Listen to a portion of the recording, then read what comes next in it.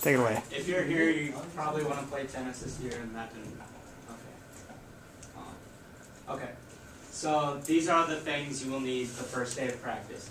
You will need a white card.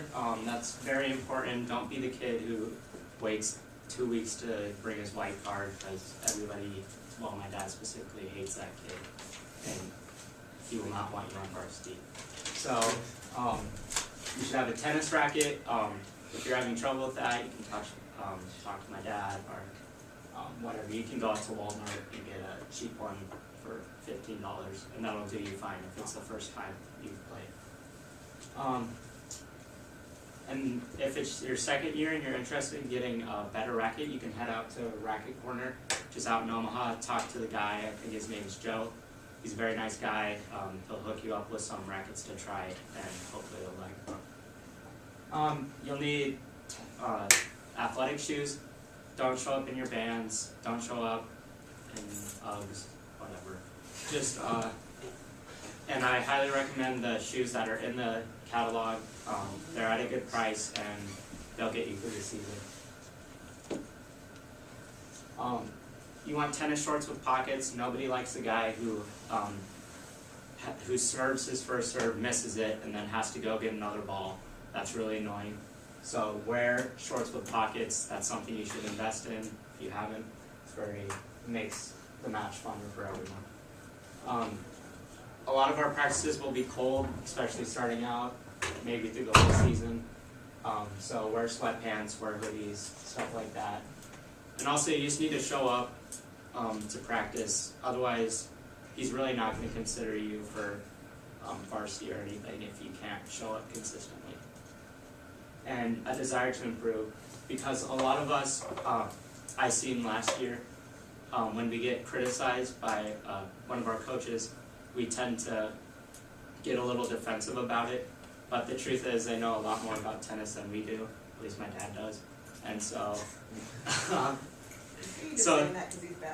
you should probably listen to them and not gripe about it, and try to keep doing what they told you to do, and not go back to whatever was kind of working. Last year was kind of a down year for the Lynx tennis. We went 5-4, but we did get second place at City in the Atlantic Invite, and first place at the conference tournament. And third place at districts, which was kind of tough. We qualified Kyle for singles. That's the 6th year in a row we've qualified somebody. And we lost in our sub-state match to Norwalk. We have 5 out of 6 coming back, and 1 new player, actually. That will probably be playing varsity. So that leaves 1 spot open for contention, kind of that number 6 spot. So so keep practicing. You can definitely have a shot at it. This year we're going to play Lewis Central. We've lost to LC twice in 12 years, and last year was one of them. It was pretty awful. It was bad meat. They actually don't have Caleb Shudak anymore, so they'll be pretty awful, and you should stop on them. Harlan is 10-2. We're 10-2 against them, so we regularly beat most of these schools. They have good athletes, but they don't have many kids who grew up playing tennis, so we should beat them pretty well. We go to Shenandoah. They're an average team. They usually have a couple of kids who are alright. And then Sioux City West. They're kind of one of the bigger challenges this year. They have some good players, and their coach is a huge jerk.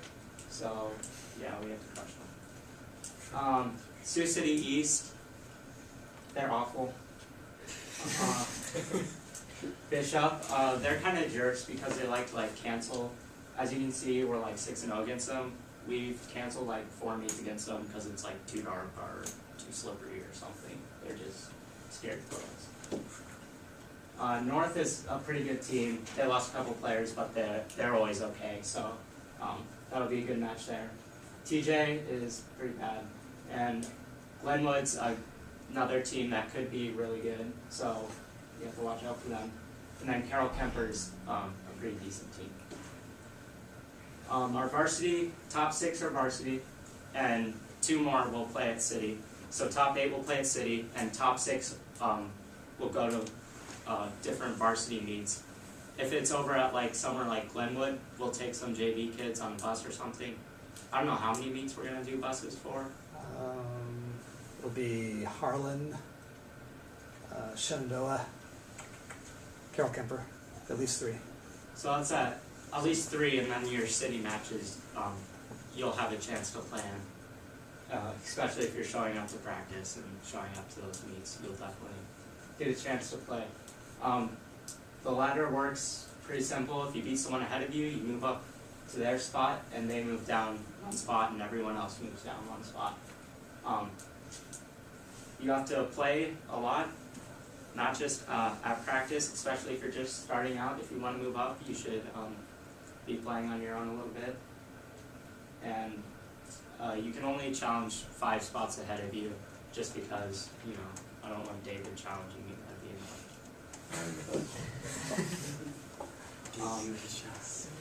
Like I said, most dual meets will be top 16, so most of you will get to play it. Most of the dual meets.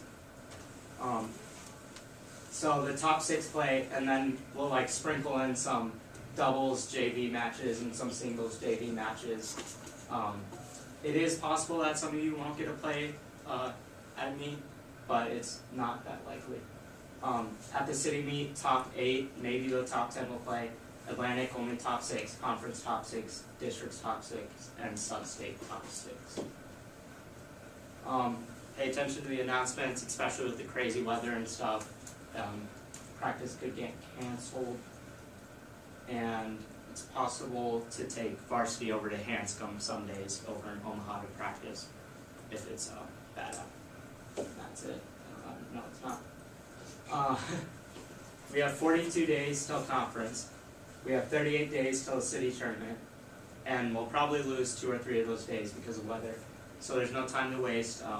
We got to make every practice count. Just give more effort this year. That's it. Thank you.